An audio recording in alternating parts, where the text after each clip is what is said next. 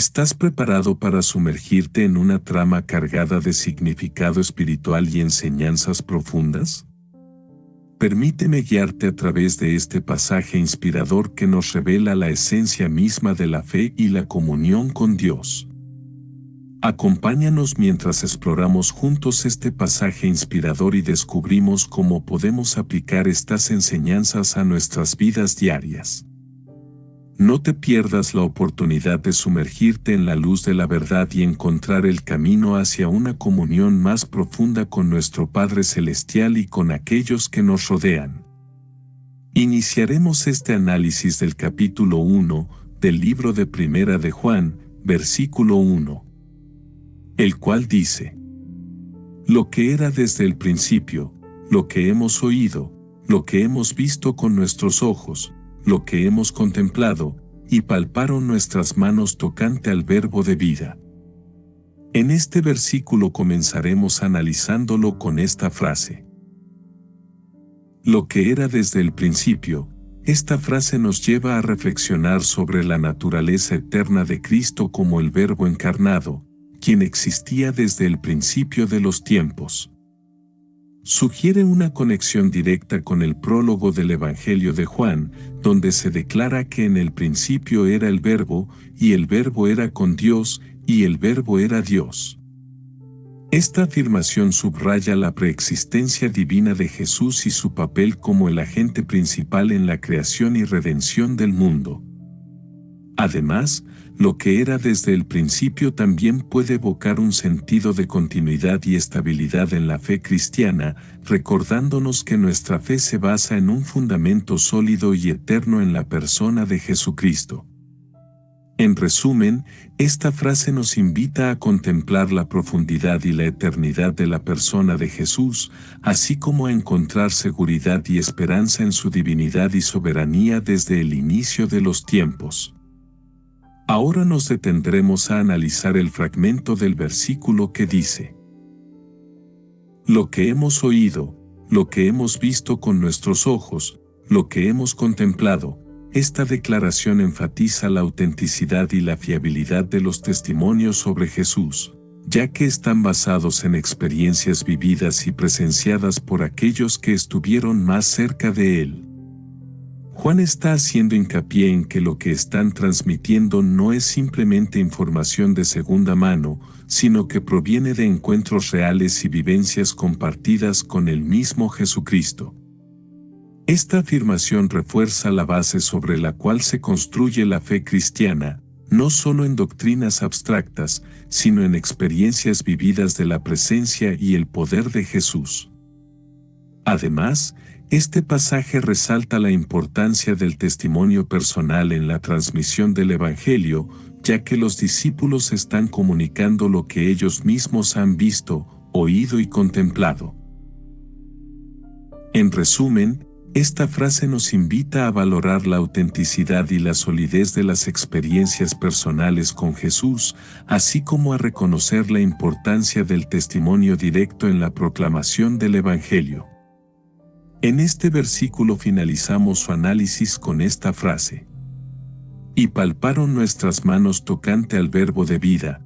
Esta afirmación subraya la naturaleza tangible y concreta de la presencia de Jesús durante su ministerio terrenal. Los discípulos no solo fueron testigos de sus enseñanzas y milagros, sino que también compartieron experiencias táctiles y físicas con Él, lo que confirmó su humanidad genuina. Esta declaración refuerza la realidad de la encarnación de Cristo, enfatizando que no era simplemente una figura espiritual o simbólica, sino una persona real y palpable. Además, esta afirmación también puede interpretarse como un recordatorio de la importancia del contacto personal en la relación con Jesús y en el proceso de crecimiento espiritual. Al experimentar su presencia de manera tangible, los discípulos fueron fortalecidos en su fe y confirmaron la verdad de su mensaje. En resumen, este pasaje nos invita a apreciar la realidad y la cercanía de la presencia de Jesús, así como a reconocer la importancia del contacto personal en nuestra relación con Él. Continuamos este análisis del capítulo 1 del libro de Primera de Juan, versículo 2, el cual dice: Porque la vida fue manifestada, y la hemos visto, y testificamos, y os anunciamos la vida eterna, la cual estaba con el Padre, y se nos manifestó. De este maravilloso versículo iniciaremos con el análisis de esta frase. Porque la vida fue manifestada, esta declaración destaca el significado trascendental del nacimiento de Jesús, al ser la encarnación misma de la vida eterna y divina entre los seres humanos. Jesucristo, al venir al mundo, no solo trajo consigo la promesa de la vida eterna, sino que también la manifestó de manera tangible y accesible para todos. Su vida, enseñanzas y obras revelaron la naturaleza y el carácter de Dios de una manera que la humanidad nunca había experimentado antes. Así, la encarnación de Jesús no solo fue un evento histórico, sino una revelación transformadora que cambió el curso de la historia humana y abrió el camino hacia la salvación y la vida eterna para todos los que creen en Él. En resumen, este pasaje nos invita a contemplar la profunda significación de la encarnación de Jesucristo como la manifestación misma de la vida divina entre nosotros, y nos recuerda el regalo incomparable que Dios nos ha dado en su Hijo. Ahora nos detendremos a analizar el fragmento del versículo que dice: Y la hemos visto, y testificamos. Esta afirmación va más allá de simples palabras, es una proclamación de convicción arraigada en la realidad vivida. Al decir que han visto y testifican, están afirmando que han sido testigos oculares de los eventos, enseñanzas y milagros de Jesús. Su testimonio no se basa en rumores, mitos o teorías, sino en una experiencia directa y tangible con el Hijo de Dios. Esta declaración también revela la profunda confianza que tienen en lo que han presenciado, lo que refuerza la autoridad de su mensaje y su compromiso con la verdad. Además, esta afirmación invita a los lectores a compartir esa misma convicción y a confiar en el testimonio de aquellos que han sido testigos de la obra de Jesús. En resumen, este pasaje nos insta a valorar y apreciar la importancia del testimonio personal y directo en nuestra fe, así como a confiar en la veracidad de aquellos que han sido testigos de la obra de Cristo. Seguiremos analizando el fragmento del versículo que dice: Y os anunciamos la vida eterna. Al comunicar este mensaje, los discípulos no solo están transmitiendo información, sino ofreciendo una invitación transformadora a aquellos que escuchan. Están compartiendo la verdad que han experimentado personalmente, que en Jesucristo hay perdón, redención y la garantía de una vida que trasciende esta existencia terrenal. Además, esta afirmación también destaca el alcance universal del Evangelio, ya que la vida eterna está disponible para todos los que creen, sin importar su origen, estado o circunstancias. En resumen, este pasaje nos desafía a recibir y compartir el regalo incomparable de la vida eterna que Jesucristo ofrece, y nos recuerda la responsabilidad y el privilegio de proclamar este mensaje de esperanza a un mundo necesitado. En este versículo finalizamos su análisis con esta frase: la cual estaba con el Padre, y se nos manifestó. Esta declaración encapsula la profunda verdad teológica de que Jesús, el Verbo de vida, existía desde la eternidad junto al Padre antes de venir al mundo en forma humana. La frase enfatiza la relación íntima y eterna entre el Padre y el Hijo en la Trinidad, revelando la unidad y la comunión divina que existían desde siempre. Además, señala cómo esta realidad divina se hizo evidente y accesible para la humanidad a través de la encarnación de Jesús, cuando el Verbo se manifestó en la carne y habitó entre nosotros. Esta manifestación reveló la gloria divina de Cristo y permitió que la humanidad experimentara la presencia tangible del Hijo de Dios. En resumen, este pasaje nos invita a contemplar la maravilla de la encarnación, que revela la profunda verdad de la preexistencia de Cristo junto al Padre y su amoroso plan de redención para la humanidad. Continuamos este análisis del capítulo 1 del libro de Primera de Juan, versículo 3, el cual dice: Lo que hemos visto y oído, eso os anunciamos, para que también vosotros tengáis comunión con nosotros, y nuestra comunión verdaderamente es con el Padre, y con su Hijo Jesucristo. De este versículo iniciaremos con esta frase: Lo que hemos visto y oído, eso os anunciamos. En esta declaración, Juan explica que comparten su experiencia personal con Jesucristo para que otros también puedan participar en la comunión con Dios. Al compartir lo que han visto y oído, están invitando a otros a unirse a ellos en el encuentro transformador con Jesús y en la comunión con el Padre. Este testimonio no es meramente informativo, sino que es una invitación amorosa y persuasiva a participar en la vida y el amor de Dios revelados en Cristo. Además, esta afirmación resalta la importancia del testimonio personal en la transmisión del Evangelio y la responsabilidad de los creyentes de compartir su fe con otros.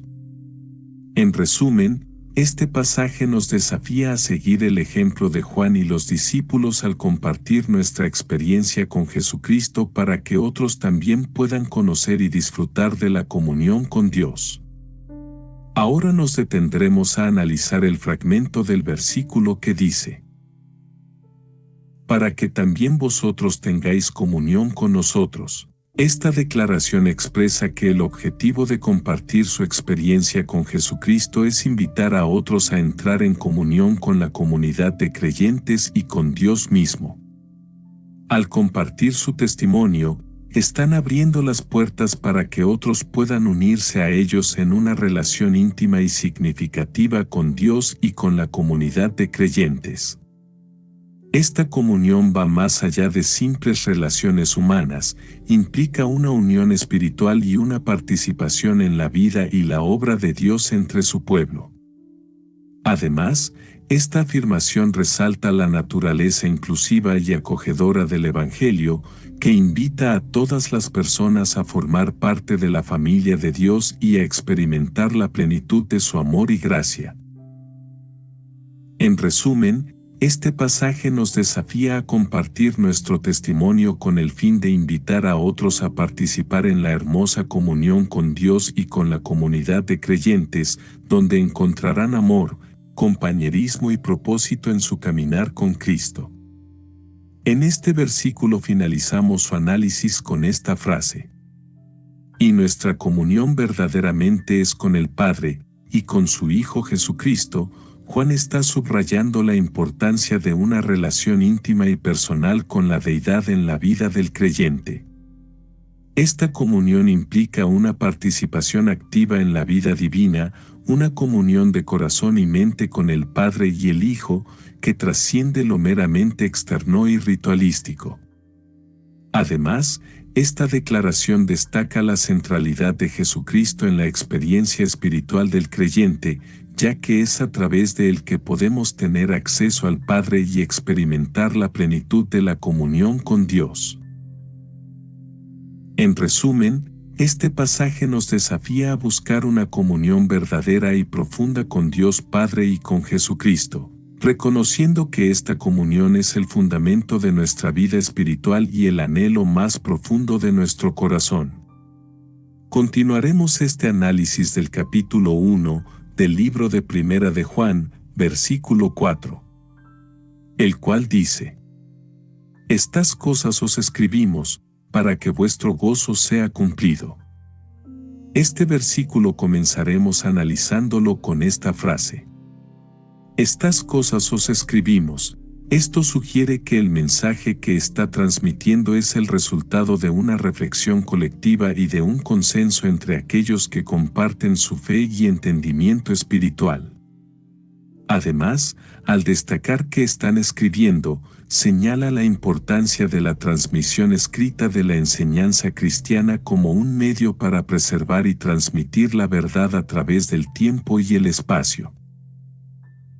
Esta declaración también implica un sentido de urgencia o importancia en el mensaje que están comunicando, sugiriendo que lo que sigue en su escritura es esencial para la fe y la práctica cristiana. En resumen, este pasaje nos invita a considerar el contexto y la intención detrás de la escritura de Juan, reconociendo su compromiso con la comunicación efectiva y fiel del mensaje cristiano para el beneficio y edificación de sus lectores. En este versículo finalizamos su análisis con esta frase: para que vuestro gozo sea cumplido. Juan está escribiendo con la intención de fortalecer y enriquecer el gozo espiritual de aquellos que leen sus palabras, ofreciendo enseñanzas, exhortaciones y revelaciones que les ayuden a experimentar una conexión más profunda con Dios y una mayor plenitud en su vida espiritual. Este propósito resalta la naturaleza pastoral de la escritura de Juan, ya que busca el bienestar espiritual y emocional de sus lectores. Además, sugiere que el gozo cristiano no es un estado pasajero o superficial, sino que puede ser pleno y completo, incluso en medio de desafíos y dificultades.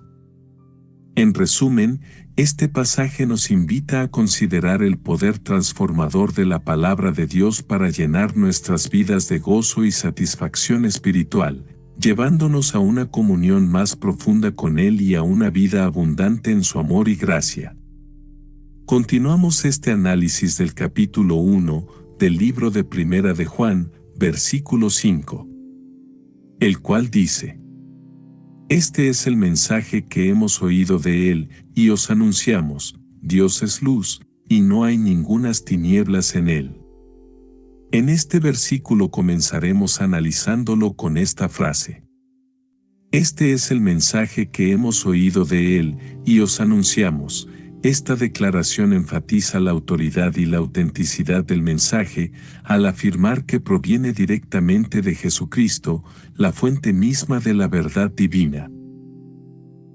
Juan está estableciendo una conexión directa entre el mensaje que están proclamando y la enseñanza recibida de Jesús durante su ministerio terrenal.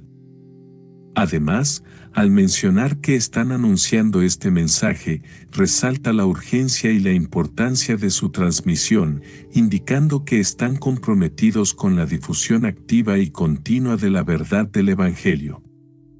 Este pasaje nos recuerda la responsabilidad y el privilegio de compartir el mensaje de salvación con otros, siguiendo el ejemplo de los discípulos que proclamaron las palabras de Jesucristo con valentía y convicción. En resumen, este versículo nos desafía a recibir y proclamar fielmente el mensaje de Jesucristo, reconociendo su autoridad y poder para transformar vidas. En este versículo finalizamos su análisis con esta frase: Dios es luz, y no hay ningunas tinieblas en Él. La luz representa pureza, claridad, verdad y vida.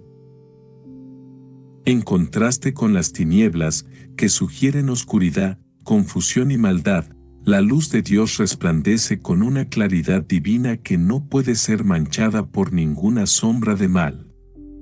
Esta afirmación subraya la perfección y la santidad absolutas de Dios y nos invita a buscar esa misma luz en nuestras propias vidas, permitiendo que la presencia divina disipe cualquier oscuridad que pueda haber en nuestro ser. En Dios no hay lugar para el pecado o la maldad, solo existe la pureza y la luz eterna que guía y transforma a aquellos que se acercan a Él con corazones abiertos y humildes. Continuamos este análisis del capítulo 1 del libro de Primera de Juan, versículo 6, el cual dice: Si decimos que tenemos comunión con Él y andamos en tinieblas, mentimos y no practicamos la verdad. De este maravilloso versículo iniciaremos con el análisis de esta frase. Si decimos que tenemos comunión con Él y andamos en tinieblas, Juan está señalando que la verdadera comunión con Dios implica un compromiso activo con la verdad y la justicia, y no puede coexistir con la práctica del pecado y la desobediencia. Al hacer esta conexión entre la comunión con Dios y el caminar en la luz, Juan nos desafía a examinar nuestras vidas y asegurarnos de que nuestras acciones reflejen verdaderamente nuestra relación con Dios. Este pasaje nos recuerda que la verdadera comunión con Dios requiere un compromiso constante con la santidad y la rectitud, y nos advierte sobre la peligrosa contradicción de afirmar una fe que no se refleja en nuestro comportamiento y estilo de vida. En resumen, este versículo nos insta a vivir de manera coherente con nuestra profesión de fe, caminando en la luz de la verdad y la justicia mientras mantenemos una íntima comunión con Dios. En este versículo finalizamos su análisis con esta frase: mentimos y no practicamos la verdad. Al afirmar tener comunión con Dios mientras vivimos en tinieblas, estamos mintiendo. Estamos engañándonos a nosotros mismos y a los demás sobre la verdadera naturaleza de nuestra relación con Él. Además, al no practicar la verdad revelada por Dios en nuestras vidas diarias, estamos mostrando una falta de sinceridad y una falta de compromiso con los principios divinos. Juan está haciendo hincapié en que la verdadera comunión con Dios implica una vida de integridad y coherencia, donde nuestras palabras y acciones estén en armonía con la verdad de Dios. Este pasaje nos desafía a examinar nuestras vidas y a asegurarnos de que estemos viviendo de acuerdo con los estándares de Dios, en lugar de permitir que la hipocresía y la falsedad distorsionen nuestra relación con Él. En resumen, este versículo nos llama a practicar la verdad en todas las áreas de nuestras vidas, demostrando así la autenticidad de nuestra comunión con Dios. Continuamos este análisis del capítulo 1 del libro de Primera de Juan, versículo 7, el cual dice: Pero si andamos en luz, como Él está en luz, tenemos comunión unos con otros, y la sangre de Jesucristo su Hijo nos limpia de todo pecado.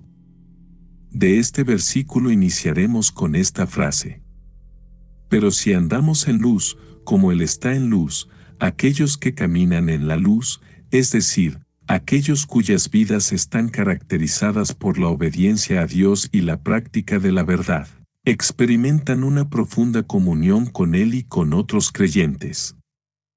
Esta declaración resalta la importancia de vivir una vida santa y pura, reflejando la naturaleza misma de Dios, que es luz y en quien no hay tiniebla alguna.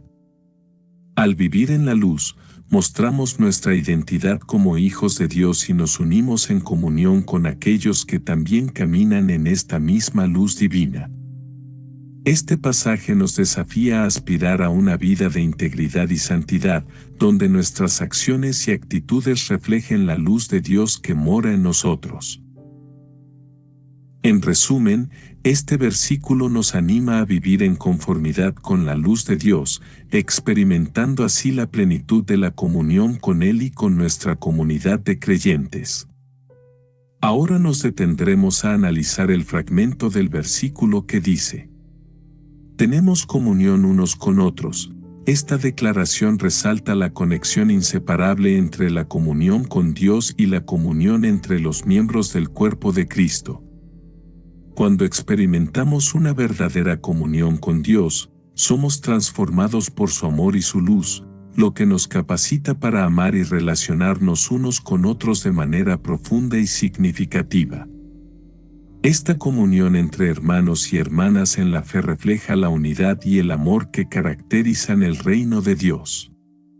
Juan nos está recordando que nuestra relación vertical con Dios debe manifestarse en relaciones horizontales saludables y amorosas con nuestros semejantes. En resumen, este versículo nos desafía a vivir en armonía y amor unos con otros, como expresión tangible de nuestra comunión con el Dios que nos ama y nos une en su amor. En este versículo finalizamos su análisis con esta frase: y la sangre de Jesucristo su Hijo nos limpia de todo pecado. Juan nos recuerda que la muerte sacrificial de Jesús en la cruz no solo ofrece perdón y redención, sino que también tiene el poder de purificarnos completamente de todo pecado. Esta afirmación resalta la centralidad de la obra redentora de Cristo en la vida del creyente, mostrando cómo su sacrificio nos libera del poder y la esclavitud del pecado, permitiéndonos caminar en comunión con Dios. La sangre de Jesucristo es el único medio por el cual podemos ser limpiados y restaurados a una relación correcta con Dios. Este pasaje nos desafía a confiar plenamente en el sacrificio de Cristo como el fundamento de nuestra salvación y a vivir en la realidad de esa purificación, caminando en la luz y en la comunión con Dios. En resumen, este versículo nos recuerda el increíble poder transformador de la sangre de Jesucristo y nos llama a vivir en la realidad de nuestra purificación y redención en Él. Continuamos este análisis del capítulo 1 del libro de Primera de Juan, versículo 8, el cual dice: si decimos que no tenemos pecado, nos engañamos a nosotros mismos, y la verdad no está en nosotros. Este versículo comenzaremos analizándolo con esta frase: si decimos que no tenemos pecado, esta declaración resalta la tendencia humana a justificarnos a nosotros mismos y a negar nuestra necesidad de perdón y redención. Juan nos insta a confrontar honestamente nuestra propia pecaminosidad y a reconocer nuestra necesidad continua del perdón y la gracia de Dios. Al negar la existencia del pecado en nuestras vidas, nos engañamos a nosotros mismos y hacemos que la verdad de Dios no esté en nosotros. Esta negación del pecado nos impide experimentar la plenitud de la gracia y la comunión con Dios, ya que estamos cerrando nuestros corazones a su obra de transformación y restauración en nuestras vidas. En resumen, este versículo nos desafía a abandonar la autojustificación y a reconocer humildemente nuestra necesidad de la gracia redentora de Dios, permitiéndole trabajar en nuestras vidas para su gloria y nuestro beneficio. Ahora nos detendremos a analizar el fragmento del versículo que dice: nos engañamos a nosotros mismos. Al hacerlo, nos cerramos a la obra redentora de Dios y nos apartamos de la verdad. Este autoengaño nos impide reconocer nuestra verdadera necesidad de perdón y restauración. En lugar de confrontar sinceramente nuestro pecado y buscar la gracia y el perdón de Dios, optamos por una ilusión de autojustificación que nos aleja de la verdad y la comunión con Dios.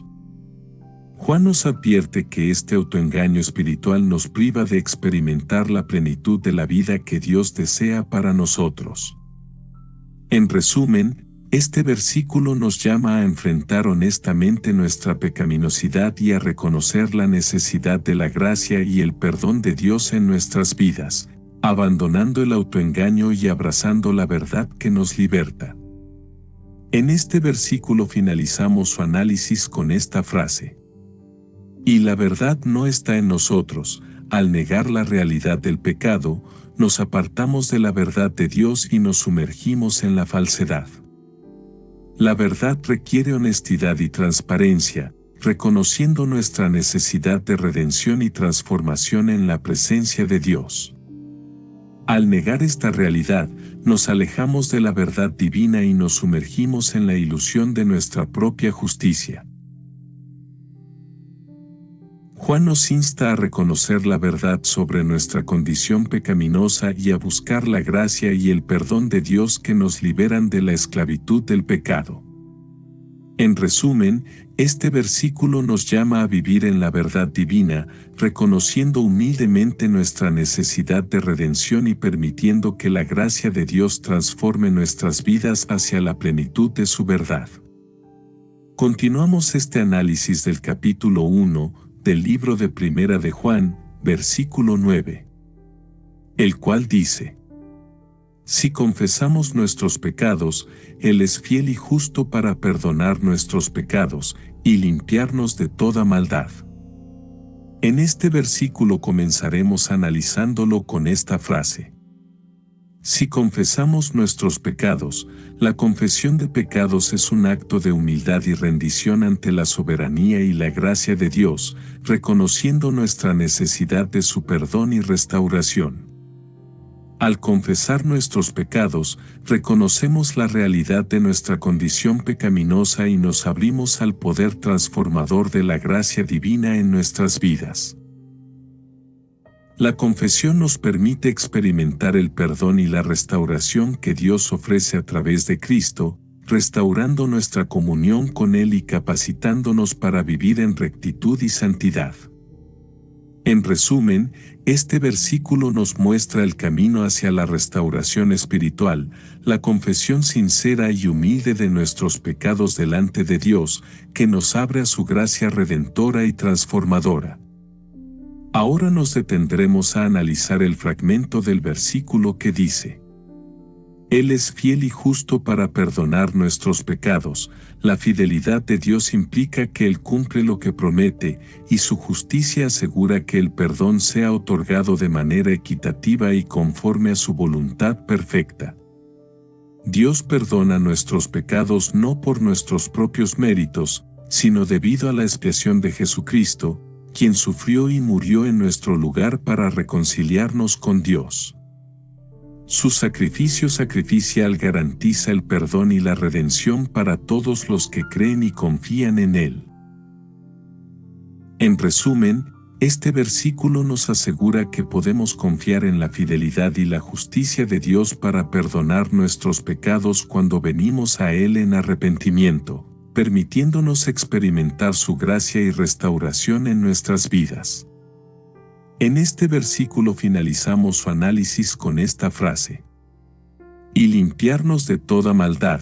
Esta afirmación enfatiza el alcance total del perdón y la restauración que Dios ofrece a aquellos que sinceramente se arrepienten y confiesan sus pecados. La limpieza de toda maldad significa que Dios no solo perdona nuestros pecados, sino que también nos purifica de su contaminación y efectos destructivos. Su gracia restauradora nos libera del poder del pecado y nos capacita para vivir vidas santas y justas delante de Él. La purificación que Dios ofrece es completa y total, abarcando todos los aspectos de nuestra vida espiritual y moral. En resumen, este versículo nos asegura que la confesión genuina ante Dios no solo resulta en perdón, sino también en purificación total de todo pecado, permitiéndonos vivir en rectitud y comunión con Él. Continuamos este análisis del capítulo 1 del libro de Primera de Juan, versículo 10, el cual dice: Si decimos que no hemos pecado, le hacemos a Él mentiroso, y su palabra no está en nosotros. De este maravilloso versículo iniciaremos con el análisis de esta frase. Si decimos que no hemos pecado, al negar nuestro pecado, nos engañamos a nosotros mismos y nos alejamos de la verdad divina. Esta actitud de autojustificación no solo es engañosa, sino que también obstaculiza nuestra relación con Dios y nuestra capacidad de experimentar su perdón y gracia. Juan nos insta a reconocer humildemente nuestra condición pecaminosa y a acudir a Dios en arrepentimiento y confesión, confiando en su misericordia y perdón. En resumen, este versículo nos recuerda la importancia de ser sinceros y humildes en nuestra evaluación de nosotros mismos, reconociendo nuestra necesidad constante del perdón y la gracia de Dios. Ahora nos detendremos a analizar el fragmento del versículo que dice: Le hacemos a Él mentiroso. Esta afirmación destaca que al rechazar la realidad de nuestro pecado, estamos contradiciendo directamente la verdad divina sobre nuestra condición pecaminosa y la necesidad de redención. Al hacer esto, estamos implicando que Dios no habla la verdad sobre nosotros, lo cual es una blasfemia y una falta de respeto hacia su carácter santo y veraz. Esta negación del pecado no solo es un autoengaño, sino también una afrenta a la autoridad y la soberanía de Dios. Nos aparta de su camino de gracia y perdón y nos impide experimentar la plenitud de su amor y restauración. En resumen, este pasaje nos advierte sobre las consecuencias espirituales de negar nuestro pecado y nos llama a abrazar la verdad divina sobre nuestra necesidad de arrepentimiento y perdón. En este versículo finalizamos su análisis con esta frase: "Y su palabra no está en nosotros". Esta declaración destaca que aquellos que niegan su pecado están cerrando sus corazones y mentes a la verdad revelada por Dios en su palabra. Al rechazar la realidad del pecado y la necesidad de redención, nos apartamos de la enseñanza y la guía que Dios ofrece a través de su palabra para nuestra vida espiritual y moral. Como resultado, perdemos el beneficio de la sabiduría divina, la corrección y el crecimiento espiritual que proviene de alinearnos con la voluntad de Dios. En resumen, este pasaje nos advierte sobre las consecuencias espirituales de negar nuestro pecado y nos llama a abrirnos a la palabra de Dios como la autoridad suprema en nuestras vidas. Iniciaremos este análisis del capítulo 2 del libro de Primera de Juan, versículo 1, el cual dice: Hijitos míos, estas cosas os escribo para que no pequéis, y si alguno hubiere pecado, abogado tenemos para con el Padre, a Jesucristo el justo. De este versículo iniciaremos con esta frase: Hijitos míos. Esta expresión denota un tono de ternura y cuidado, mostrando el deseo de Juan de proporcionar orientación y ánimo en la vida cristiana de sus destinatarios. Además, al utilizar esta terminología familiar, Juan crea un ambiente de calidez y familiaridad, invitando a sus lectores a sentirse seguros y amados en su relación con él y, por extensión, con Dios. En resumen, hijitos míos encapsula la actitud pastoral y el afecto genuino de Juan hacia sus lectores, enfatizando su compromiso con su crecimiento espiritual y su bienestar en la fe. Ahora nos detendremos a analizar el fragmento del versículo que dice: Estas cosas os escribo para que no pequéis. Al comunicar esta intención, Juan busca inspirar y motivar a sus lectores a mantenerse fieles a los principios y enseñanzas de Cristo, evitando las trampas del pecado que pueden desviarlos del camino de la rectitud. Además, al enfatizar la importancia de vivir una vida sin pecado, Juan les brinda a sus lectores un estándar elevado y un objetivo claro a seguir en su jornada espiritual. En resumen, este pasaje revela el deseo de Juan de ver a sus lectores crecer en santidad y madurez espiritual, guiándolos hacia una vida que refleje la gracia y el carácter de Cristo. En este versículo finalizamos su análisis con esta frase: Abogado tenemos para con el Padre, a Jesucristo el justo. Al describir a Jesucristo como el justo, se resalta su perfección moral y su capacidad para representarnos de manera impecable delante de Dios. Esta afirmación sugiere que Jesucristo, por su propia justicia y santidad, tiene el derecho y la autoridad para interceder en nuestro favor.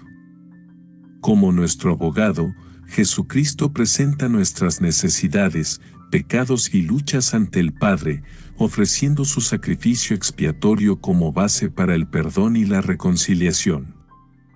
Este pasaje subraya la profunda conexión entre Jesucristo y aquellos que creen en Él, mostrando cómo su obra redentora nos asegura el acceso al Padre y nos garantiza el favor divino. En resumen, abogado tenemos para con el Padre, a Jesucristo el justo destaca la función mediadora y redentora de Jesucristo en nuestra relación con Dios, brindándonos consuelo y esperanza en nuestra vida espiritual. Continuamos este análisis del capítulo 2 del libro de Primera de Juan, versículo 2. El cual dice: Y Él es la propiciación por nuestros pecados, y no solamente por los nuestros, sino también por los de todo el mundo. Este versículo comenzaremos analizándolo con esta frase. Y Él es la propiciación por nuestros pecados. Jesucristo, mediante su sacrificio en la cruz, ofrece el perdón y la reconciliación con Dios al pagar el precio por nuestros pecados. Su muerte expiatoria no solo expía nuestros pecados, sino que también satisface la justicia de Dios, permitiendo que la gracia y la misericordia fluyan hacia nosotros.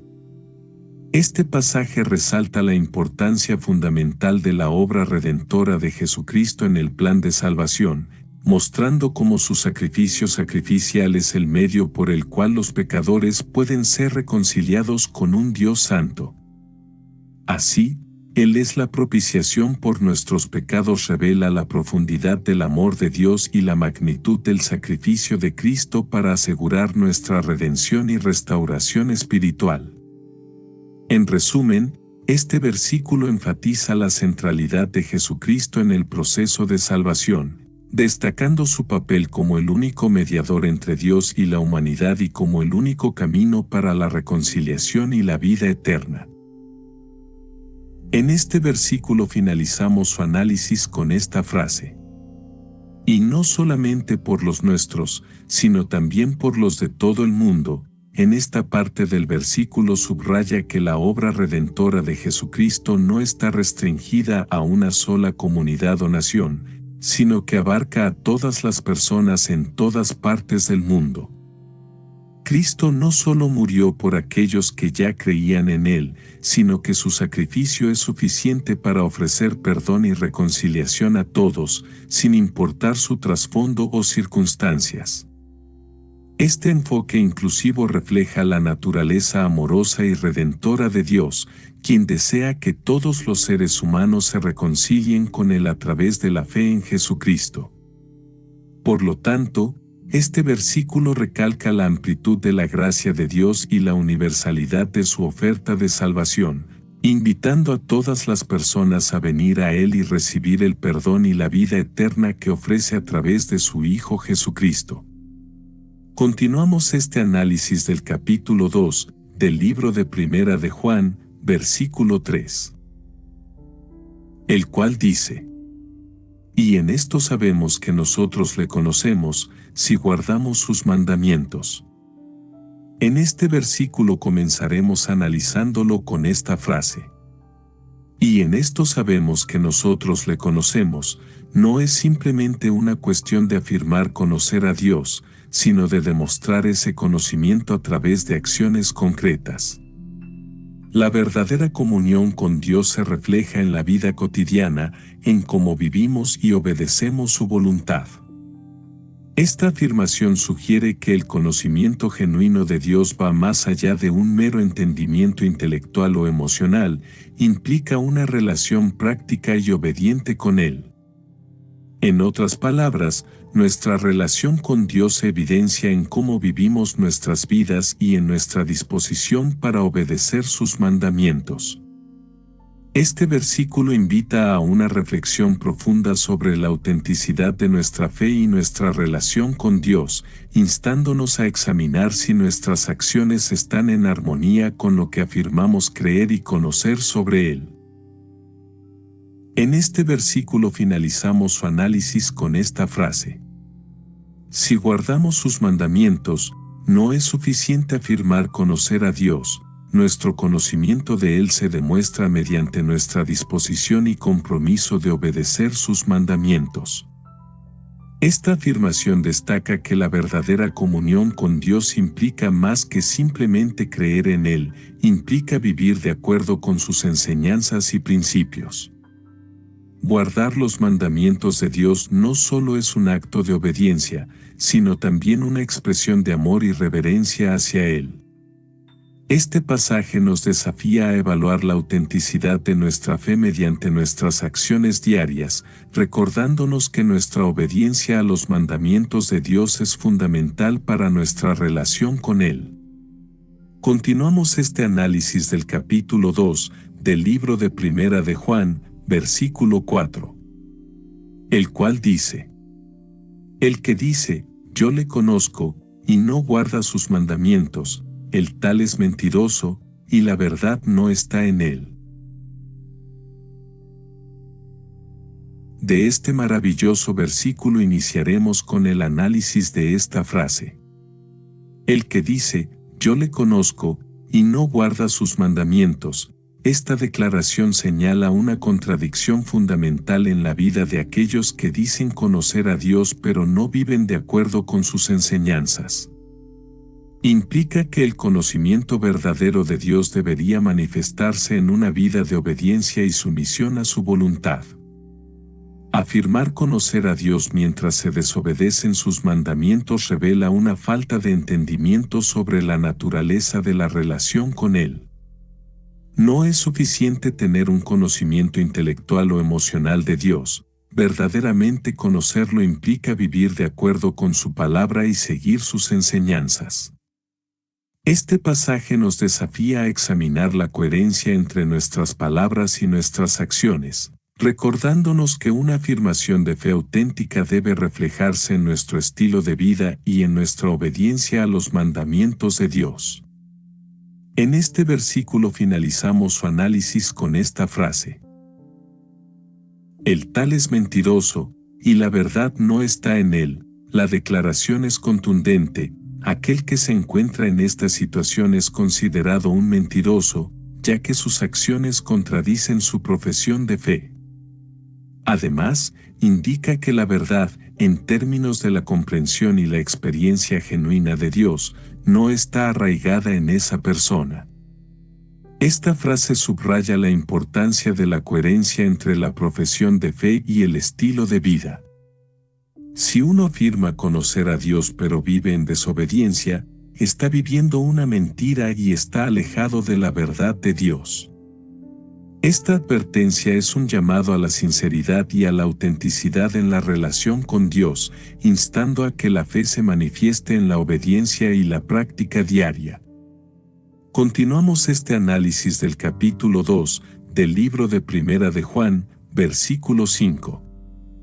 El cual dice: Pero el que guarda su palabra, en este verdaderamente el amor de Dios se ha perfeccionado, por esto sabemos que estamos en él. De este versículo iniciaremos con esta frase. Pero el que guarda su palabra, aquí, guardar la palabra de Dios no solo implica obedecer sus mandamientos, sino también vivir de acuerdo con sus enseñanzas y principios. Es un acto de devoción y compromiso, donde la fe se manifiesta en acciones concretas.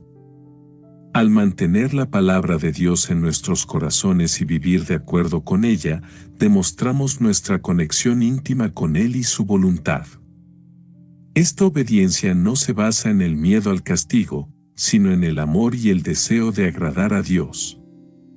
Es un reflejo del amor que Dios ha derramado en nuestros corazones, capacitándonos para vivir en conformidad con su voluntad. En resumen, guardar la palabra de Dios es un testimonio visible de nuestra relación transformada con Él y de nuestro compromiso continuo con su camino. Ahora nos detendremos a analizar el fragmento del versículo que dice: En este verdaderamente el amor de Dios se ha perfeccionado. Aquí, la perfección del amor de Dios no se refiere a su carácter intrínseco, que ya es completo, sino a su efecto transformador en nosotros cuando respondemos a ese amor con obediencia y devoción. Al obedecer sus mandamientos y vivir según sus enseñanzas, demostramos nuestra receptividad al amor de Dios y nuestra disposición para ser transformados por Él. Esta obediencia refleja una conexión profunda y vital con Dios, que produce frutos de amor, justicia y santidad en nuestras vidas. Es a través de este proceso de obediencia y conformidad con la voluntad divina que experimentamos el amor de Dios de manera más completa y profunda.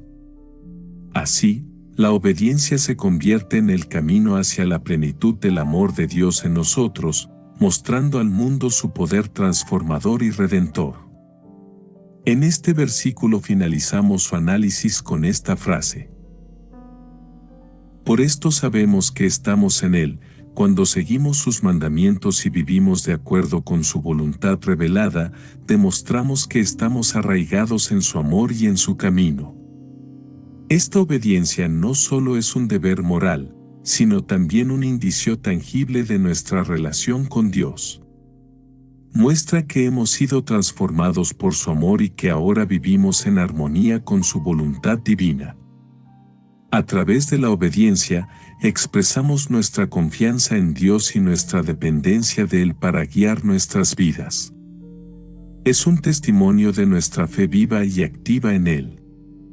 Por lo tanto, al obedecer su palabra, no solo afirmamos nuestra comunión con Dios, sino que también fortalecemos y profundizamos esa comunión, experimentando más plenamente su presencia y su amor en nuestras vidas. Continuamos este análisis del capítulo 2 del libro de Primera de Juan, versículo 6, el cual dice: el que dice que permanece en Él, debe andar como Él anduvo. Este versículo comenzaremos analizándolo con esta frase: el que dice que permanece en Él. Esta afirmación implica un compromiso genuino de vivir de acuerdo con los principios y mandamientos de Dios, así como una confianza firme en su amor, gracia y poder para transformar y sostener la vida del individuo. Permanecer en Dios implica una comunión constante, una dependencia total de su guía y una entrega continua de la propia voluntad para alinearse con la suya. Es una declaración de fe que reconoce la presencia activa y transformadora de Dios en la vida del creyente, una presencia que impulsa y capacita para vivir una vida que honra y glorifica a Dios en todo momento y en todas las circunstancias. En este versículo finalizamos su análisis con esta frase: debe andar como Él anduvo. Implica más que simplemente imitar externamente sus acciones, sino también adoptar su actitud, carácter y propósito. Jesucristo vivió una vida de amor incondicional, compasión, humildad, justicia y servicio sacrificial. Por lo tanto, aquellos que profesan seguir a Cristo están llamados a reflejar estos mismos valores en sus propias vidas. Esto implica renunciar al egoísmo y vivir en servicio y amor hacia Dios y hacia los demás. Andar como Jesús anduvo significa comprometerse con la justicia, la verdad y la santidad, y seguir sus pasos en la búsqueda del reino de Dios. Es un llamado a una vida de integridad, devoción y entrega total a Dios, modelada según el ejemplo supremo de Jesucristo. Continuamos este análisis del capítulo 2 del libro de Primera de Juan, versículo 7, el cual dice: hermanos, no os escribo mandamiento nuevo, sino el mandamiento antiguo que habéis tenido desde el principio. Este mandamiento antiguo es la palabra que habéis oído desde el principio. En este versículo comenzaremos analizándolo con esta frase: hermanos. Con este término sugiere una relación basada en la fraternidad espiritual, donde se comparten valores, experiencias y responsabilidades dentro de la comunidad de creyentes.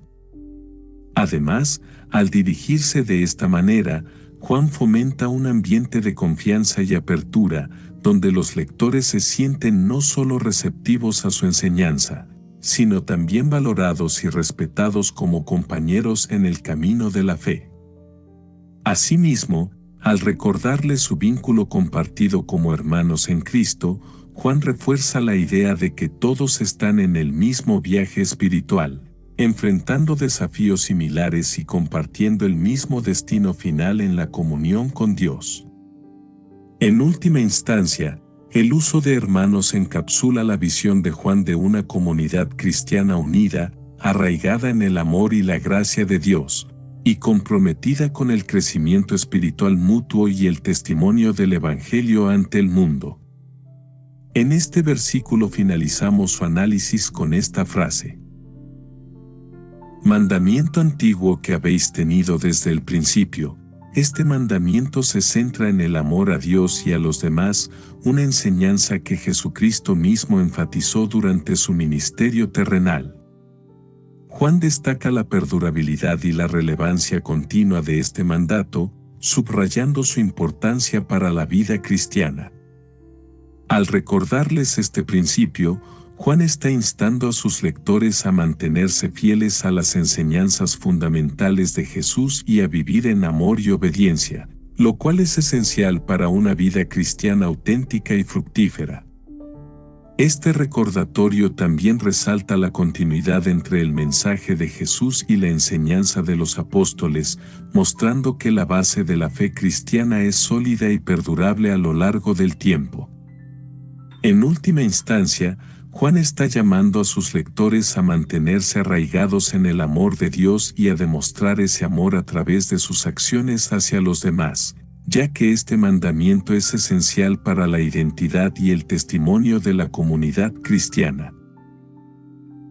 Continuamos este análisis del capítulo 2 del libro de Primera de Juan, versículo 8, el cual dice: sin embargo, os escribo un mandamiento nuevo, que es verdadero en él y en vosotros, porque las tinieblas van pasando, y la luz verdadera ya alumbra. De este maravilloso versículo iniciaremos con el análisis de esta frase. Os escribo un mandamiento nuevo, en cambio, se refiere a la renovada importancia y aplicación de este mandamiento en la era del Evangelio. Con la venida de Jesucristo y la revelación completa de su obra redentora, el mandamiento del amor adquiere una nueva profundidad y significado. Ahora, los seguidores de Cristo están llamados a amarse unos a otros de la misma manera en que Jesús los ha amado, lo cual implica un amor sacrificial, desinteresado y radical. Este mandamiento se convierte en la marca distintiva de la comunidad cristiana y en la expresión más genuina de su fe. Además, el énfasis en este mandamiento nuevo destaca la importancia de vivir en la luz de la verdad revelada en Cristo, reconociendo que el amor es el cumplimiento de la ley y la esencia misma del Evangelio. En resumen, aunque el mandamiento del amor no es nuevo en términos de contenido, su renovada relevancia y aplicación en la era del Evangelio subrayan su importancia central en la vida y el testimonio de los seguidores de Cristo. En este versículo finalizamos su análisis con esta frase: porque las tinieblas van pasando, y la luz verdadera ya alumbra. Las tinieblas representan el pecado, la oscuridad espiritual y la separación de Dios, mientras que la luz verdadera simboliza la verdad, la vida y la presencia de Dios mismo. La venida de Jesucristo y su obra redentora han iniciado un proceso de cambio radical en el cosmos espiritual, donde la influencia del mal y la muerte está siendo vencida por la gracia y la vida eterna. Esta luz no solo ilumina individualmente a los creyentes, sino que también irradia hacia el mundo, trayendo esperanza, amor y salvación a todos los que la reciben. Es un recordatorio de que, a pesar de los desafíos y las dificultades que puedan existir en el mundo, la luz de Cristo prevalecerá, disipando las tinieblas y transformando corazones y vidas para la gloria de Dios. Continuamos este análisis del capítulo 2 del libro de Primera de Juan, versículo 9, el cual dice: el que dice que está en la luz y aborrece a su hermano, está todavía en tinieblas. De este versículo iniciaremos con esta frase: el que dice que está en la luz. Con esta afirmación implica una vida de rectitud, obediencia y amor, reflejando la naturaleza misma de Dios, que es luz y en quien no hay tiniebla alguna. Sin embargo, la mera afirmación de estar en la luz no es suficiente. Es esencial que esta profesión se refleje en la vida diaria del individuo. Vivir en la luz implica caminar en la verdad de Dios, obedeciendo sus mandamientos y reflejando su amor y gracia hacia los demás. Es un compromiso activo de seguir los pasos de Cristo y permitir que su luz transforme cada aspecto de nuestra existencia. Por lo tanto, aquel que genuinamente está en la luz no solo lo declara con palabras, sino que también lo demuestra con sus acciones y actitudes, siendo un reflejo vivo del carácter y la gloria de Dios en el mundo. Ahora nos detendremos a analizar el fragmento del versículo que dice: y aborrece a su hermano. El odio es una fuerza destructiva que socava la fraternidad y la armonía entre los creyentes y contradice el ejemplo y los mandamientos de Jesucristo.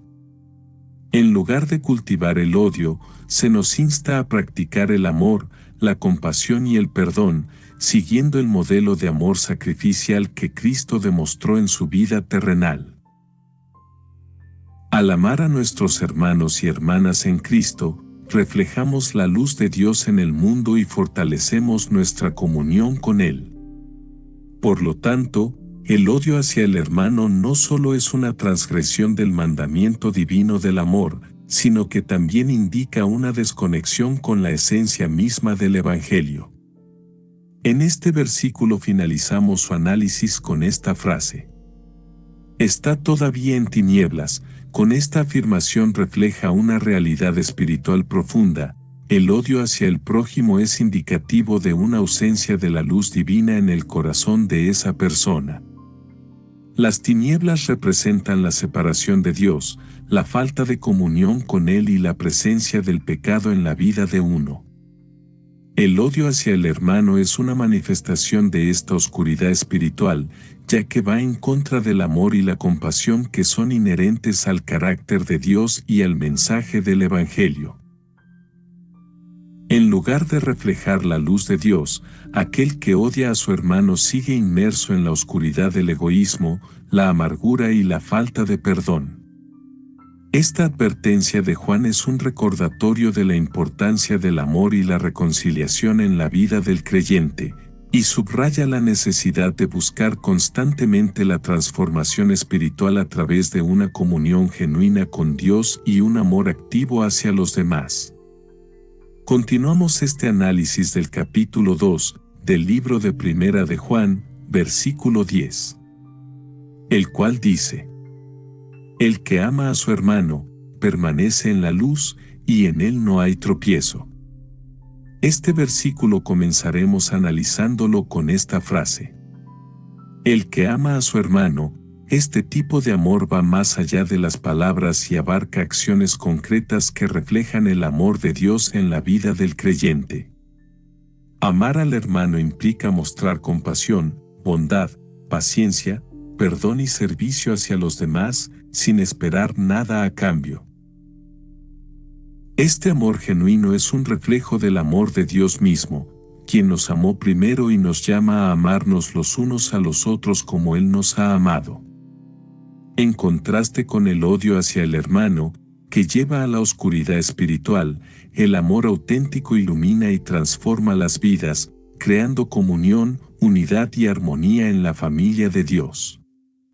Es un recordatorio de que el amor es el distintivo principal de los seguidores de Jesús y la evidencia más clara de que estamos en comunión con Dios.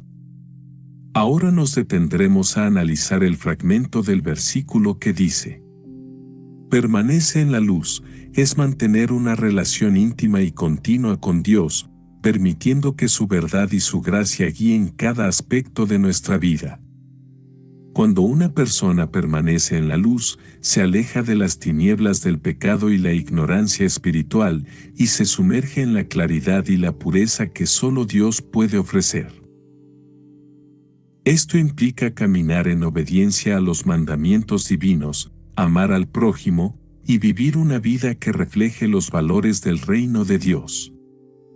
Permanecer en la luz no solo es una posición espiritual, sino también un estilo de vida caracterizado por la integridad, la santidad y la búsqueda constante de la voluntad de Dios en todas las cosas.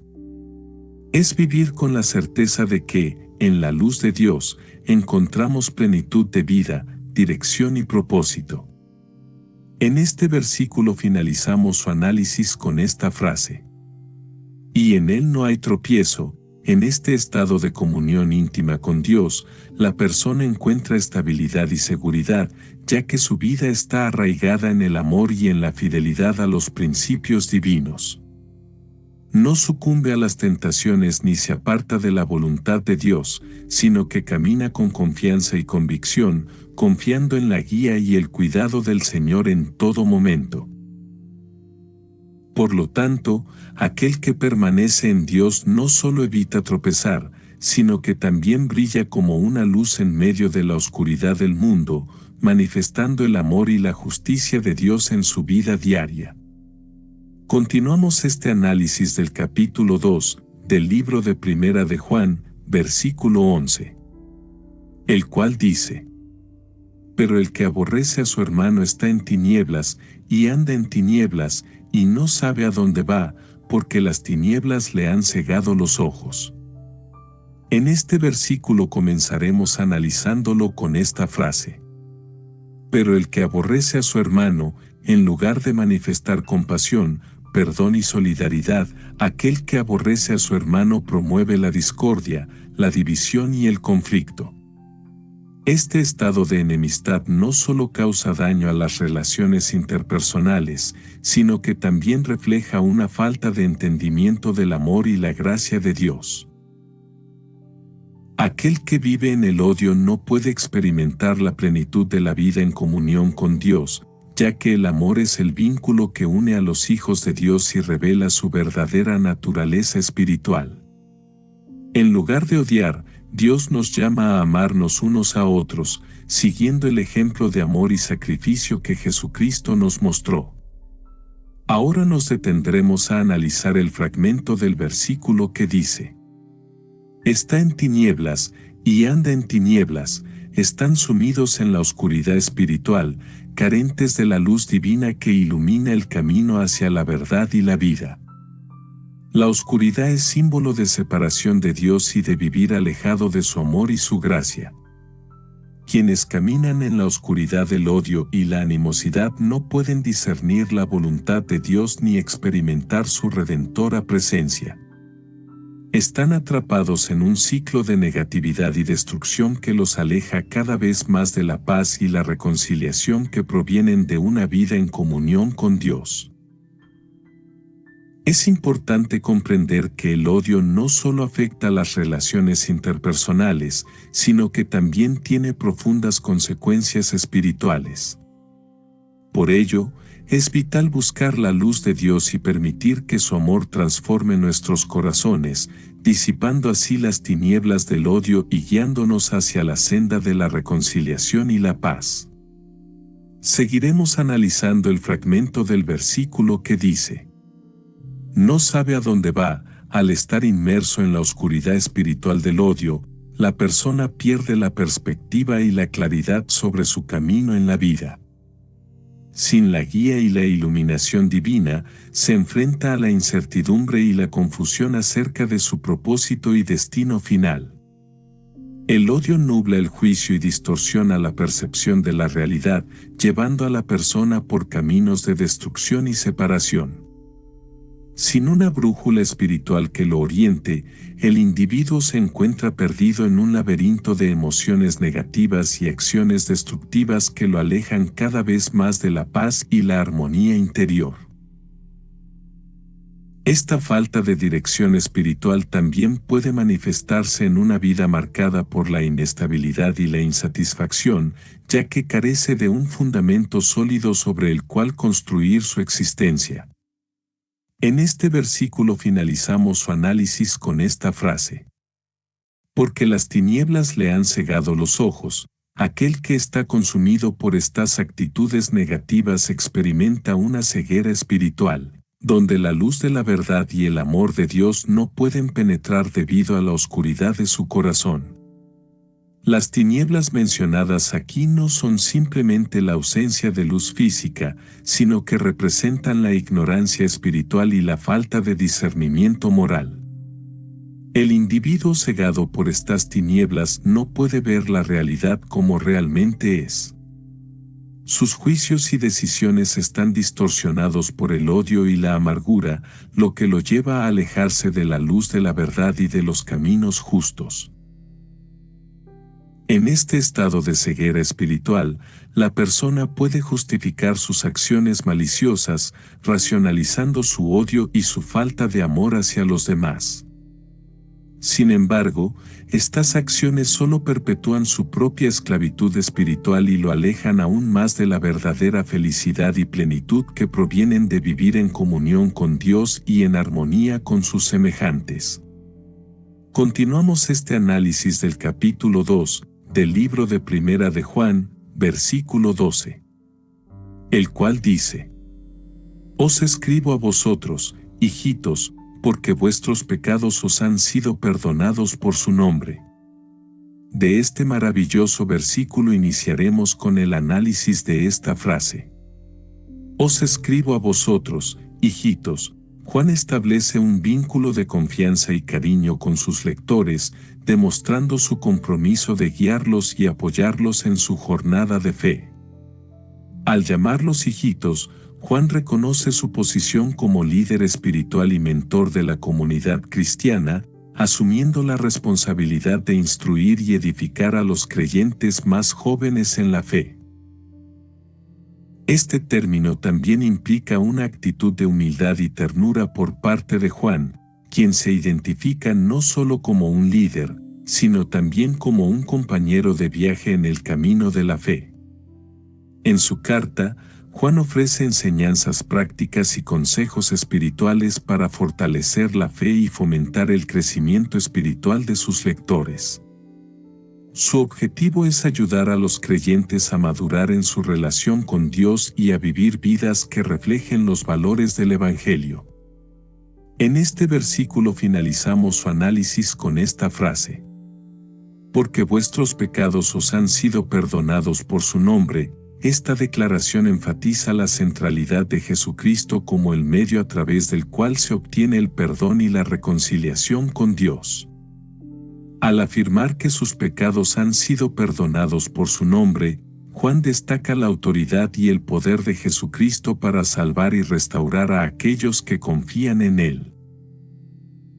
Este mensaje es una fuente de esperanza para los creyentes, ya que les recuerda que su pasado ha sido redimido y que son libres de la carga del pecado gracias al sacrificio de Jesucristo en la cruz.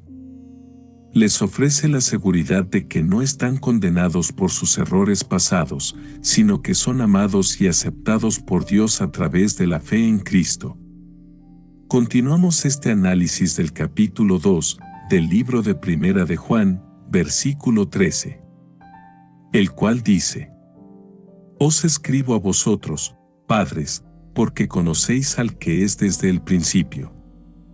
Os escribo a vosotros, jóvenes, porque habéis vencido al maligno. Os escribo a vosotros, hijitos, porque habéis conocido al Padre.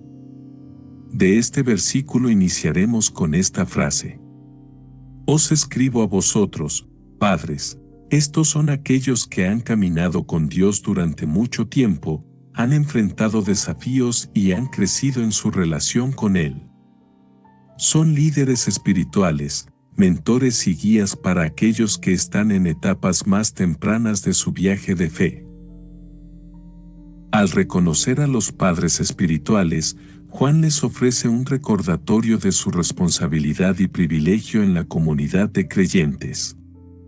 Les anima a ejercer su influencia de manera sabia y compasiva, compartiendo su sabiduría y experiencia para edificar y fortalecer a otros en la fe.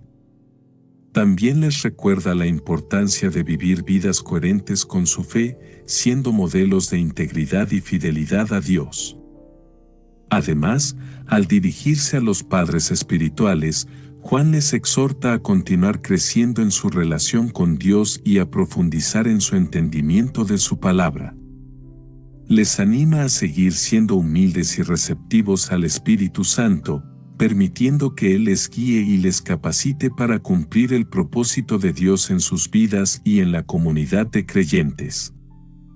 Ahora nos detendremos a analizar el fragmento del versículo que dice: Os escribo a vosotros, jóvenes. Estos jóvenes han demostrado su fortaleza espiritual al permanecer fieles a Dios y resistir las influencias del mal que los rodean. Al reconocer su valentía y firmeza en la fe, Juan les ofrece palabras de ánimo y exhortación. Les anima a seguir perseverando en su compromiso con Cristo, a permanecer firmes en la verdad y a continuar creciendo en su relación con Dios. También les recuerda la importancia de buscar la sabiduría y el consejo de los padres espirituales más maduros en la fe, quienes pueden guiarlos y fortalecerlos en su jornada espiritual. Además, al dirigirse a los jóvenes, Juan les insta a ser vigilantes y alertas ante las trampas del enemigo, recordándoles que el diablo busca constantemente desviarlos del camino de la verdad y la justicia. Les anima a mantenerse arraigados en la palabra de Dios y a confiar en su poder para fortalecerlos y protegerlos de todo mal. En este versículo finalizamos su análisis con esta frase: Os escribo a vosotros, hijitos. Esta expresión de cariño y cuidado revela la intimidad que los jóvenes creyentes tienen con Dios y la importancia de cultivar una conexión personal con Él. Al reconocer su conocimiento del Padre Celestial, Juan les anima a profundizar aún más en su relación con Dios, a crecer en su comprensión de su amor y su voluntad para sus vidas. Les insta a confiar en el amor y la providencia de Dios en todas las circunstancias, sabiendo que Él siempre está presente para guiarlos y fortalecerlos en su caminar con Él. Además, al escribir a los hijitos, Juan les recuerda la importancia de mantenerse firmes en la fe y de no desviarse del camino de la verdad. Les anima a seguir obedeciendo los mandamientos de Dios y a permanecer fieles a su palabra, sabiendo que en Él encontrarán seguridad y dirección para sus vidas. Continuamos este análisis del capítulo 2 del libro de Primera de Juan, versículo 14, el cual dice: Os he escrito a vosotros, padres, porque habéis conocido al que es desde el principio. Os he escrito a vosotros, jóvenes, porque sois fuertes, y la palabra de Dios permanece en vosotros, y habéis vencido al maligno. Este versículo comenzaremos analizándolo con esta frase: Os he escrito a vosotros, padres. Al recordarles su íntima relación con Dios desde el principio, Juan les anima a perseverar en su caminar con el Señor y a seguir siendo ejemplos de fe y fidelidad para los demás. Les recuerda la importancia de mantenerse arraigados en la verdad de Dios, siendo modelos de rectitud y amor para aquellos que los rodean. Además, al escribir a los padres, Juan les insta a seguir creciendo en su conocimiento de Dios y en su compromiso con su voluntad. Les anima a ser mentores y consejeros para los creyentes más jóvenes, compartiendo su sabiduría y experiencia para edificar el cuerpo de Cristo y fortalecer la fe de los demás. En este versículo finalizamos su análisis con esta frase: Os he escrito a vosotros, jóvenes. Este grupo demográfico, aunque menos experimentado en la fe que los padres, muestra una valentía y firmeza notable en su caminar con el Señor. Juan elogia la fortaleza espiritual de los jóvenes creyentes, reconociendo su dedicación a la palabra de Dios y su voluntad de resistir las artimañas del enemigo. Les anima a seguir adelante en su búsqueda de la verdad, a permanecer firmes en su fe y a no ceder ante las presiones del mundo o las tentaciones del pecado. Al escribir a los jóvenes, Juan les insta a continuar creciendo en su conocimiento de Dios y en su compromiso con su voluntad. Les anima a ser valientes en su testimonio y a no temer las adversidades que puedan enfrentar en su vida cristiana. También les recuerda que cuentan con el apoyo y la guía del Espíritu Santo para fortalecerlos en su caminar con el Señor. Continuamos este análisis del capítulo 2 del libro de Primera de Juan, versículo 15, el cual dice: No améis al mundo, ni las cosas que están en el mundo. Si alguno ama al mundo, el amor del Padre no está en él. En este versículo comenzaremos analizándolo con esta frase: No améis al mundo.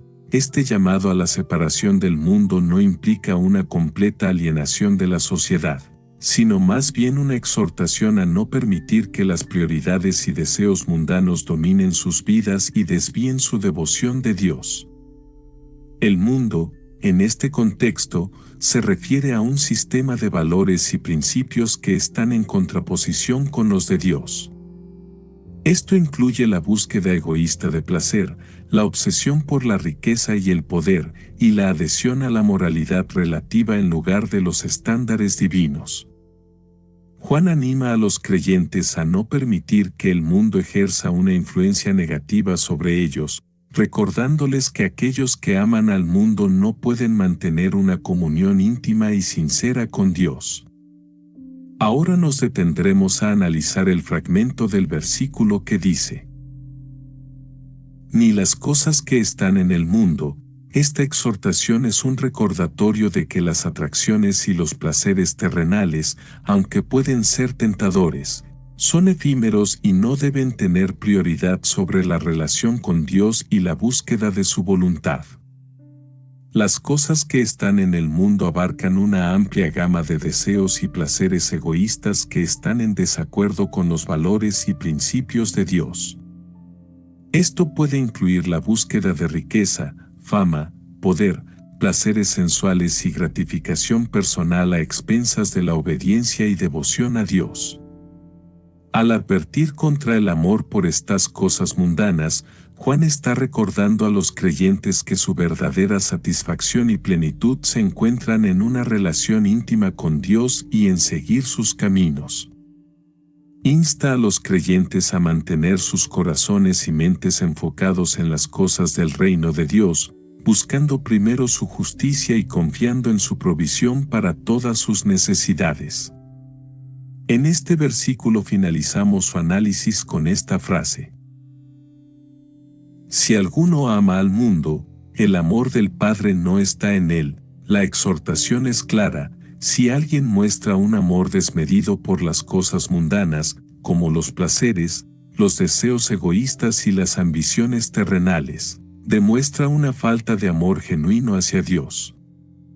Este amor por el mundo no solo desvía la atención y el afecto que deberían estar dedicados a Dios, sino que también revela una priorización errónea de los valores temporales sobre los eternos. Juan presenta una dicotomía entre el amor al mundo y el amor al Padre Celestial, sugiriendo que no pueden coexistir en armonía en el corazón de un creyente.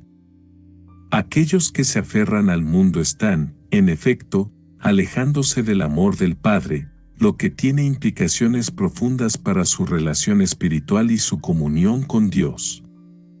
Continuamos este análisis del capítulo 2 del libro de Primera de Juan, versículo 16, el cual dice: Porque todo lo que hay en el mundo, los deseos de la carne, los deseos de los ojos y la vanagloria de la vida, no proviene del Padre, sino del mundo. De este maravilloso versículo iniciaremos con el análisis de esta frase. Porque todo lo que hay en el mundo, al desglosar estas categorías, el apóstol nos ayuda a entender más claramente cómo se manifiesta la oposición al plan divino en nuestra vida cotidiana. Estas tres categorías abarcan los deseos de la carne, que se refieren a los impulsos y pasiones pecaminosas que provienen de nuestra naturaleza humana caída, los deseos de los ojos, que implican la codicia y la búsqueda desenfrenada de posesiones materiales y placeres visuales, y la vanagloria de la vida, que incluye la arrogancia, la ostentación y la búsqueda de prestigio y reconocimiento en este mundo. En conjunto, estas categorías representan los aspectos más seductores y corruptos de la experiencia humana que desvían nuestra atención de Dios y nos alejan de su voluntad. Ahora nos detendremos a analizar el fragmento del versículo que dice: los deseos de la carne, los deseos de los ojos y la vanagloria de la vida.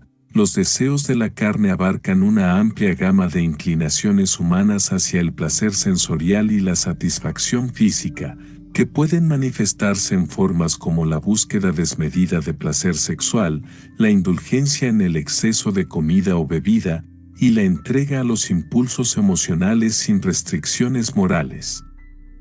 Por otro lado, los deseos de los ojos apuntan hacia la atracción hacia las cosas materiales y mundanas, donde la codicia y la envidia pueden dominar el corazón humano, llevándolo a una búsqueda insaciable de posesiones y logros terrenales.